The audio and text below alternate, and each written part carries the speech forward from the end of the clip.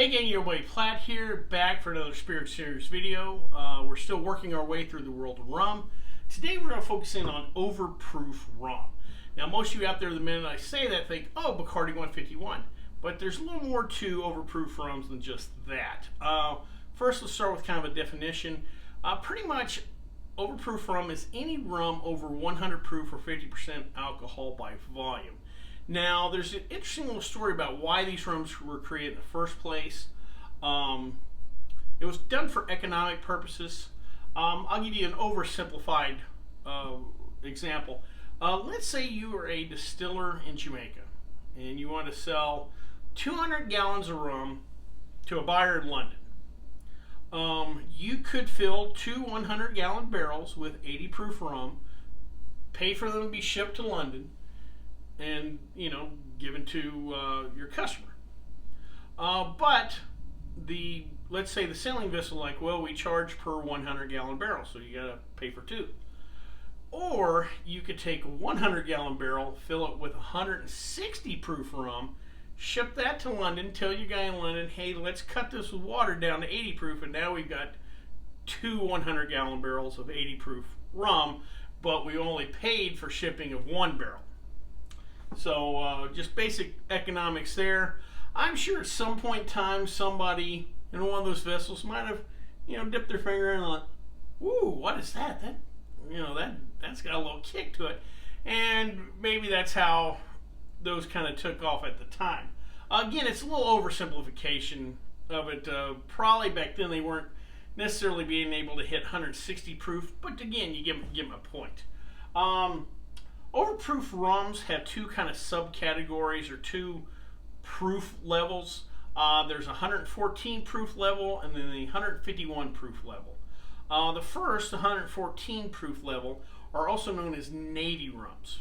We've talked about several times in some of these rum videos that the British Navy, sailors in general, merchant sailors, pirates, were all important players in the role of rum's history and vice versa. A lot of the sailors back in those days were actually paid in rum. And just like if you had paid someone back in the 1700s with some gold or silver pieces, they would have taken them and kind of bet down on them to see if they were real. Well, the same thing happened with the rum. They wanted to make sure that they were getting the real McCoy and that they weren't getting something watered down. So the test they did back then was they would take a little gunpowder, drizzle some rum on there, and if it still lit, they knew it was good. Well, even good, clean, 80 proof, 90 proof rum would not light that gunpowder. When you got up to around 114 proof, they found that they were still able to get that gunpowder to light. So it was done, again, kind of an implied economic purposes that, hey, we want to know that we're getting our full value for our work, make sure our rum hits that certain proof point.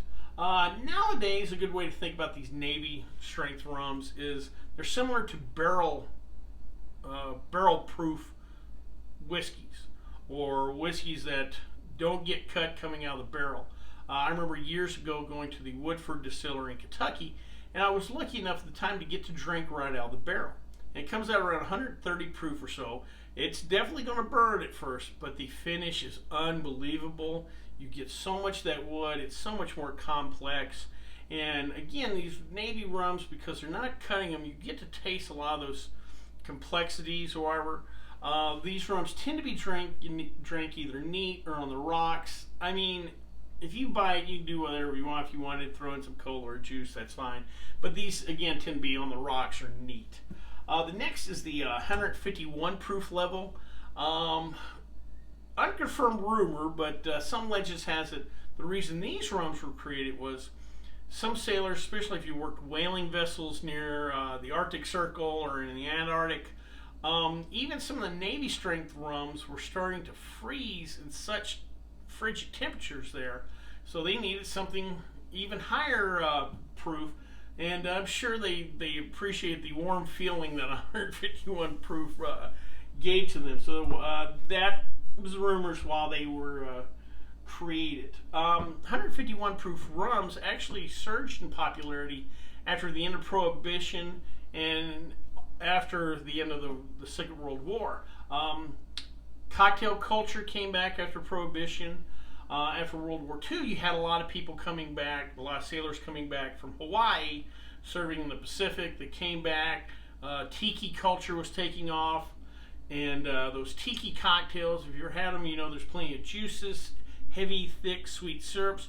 You need a higher proof rum to cut through those, and that's what these 151 proof rums bring. Again, a big player in the tiki cocktail world. Also, that higher proof, it's flammable. So, you know, if you're wanting to catch something on fire, like a cocktail, or even food, if you're wanting to flame a dessert, something like that, or again, light up a cocktail, 151 proof rum does the job for you. It's used in classic drinks, you know, flaming drinks like a flaming Dr. Pepper, a zombie, a tiki torch, you name it, you can use it for that.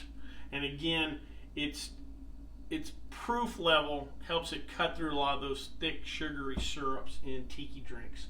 The particular 151 proof rum we're going to try today is RonDiaz Premium 151 proof rum.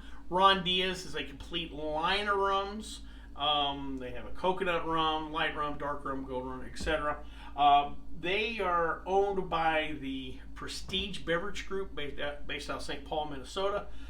Similar to the company we talked about last week with Hammock Bay, except these lines are probably the next step up. The company we talked about last week was just what's called a contract baller. We just got stills, we'll fire up, we'll make whatever we can throw into a still, we'll put it in a generic bottle, slap a label, and go. These are the next step up. RonDiaz, like I said, has a full line of rum. They also have what's called POS material, or point of sales material.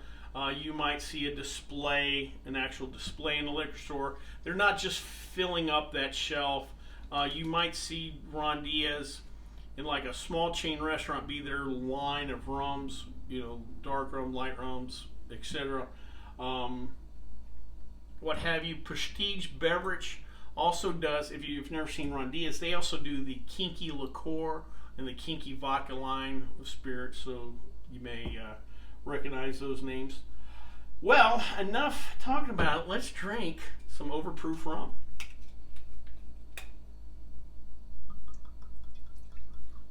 First thing I noticed on this bottle is it doesn't have the little, almost like a cage or whatever, like 151 does, so be careful. Because again, this stuff's flammable. Woo! I get a lot of heat on that nose. It's cleaning up the sinuses. I do pick up a little the general sweetness of rum. I do pick up just hair caramel. Yeah, there's a little more sweetness, a little more in there than when I tried Everclear. With this, I can tell just on the nose, this is obviously a little more complex. Let's give her a try. Woo! Woo-hoo. Yeah, that's 151 proof. I did get a sweet punch on the tongue before the heat really takes over. Expands on the tongue.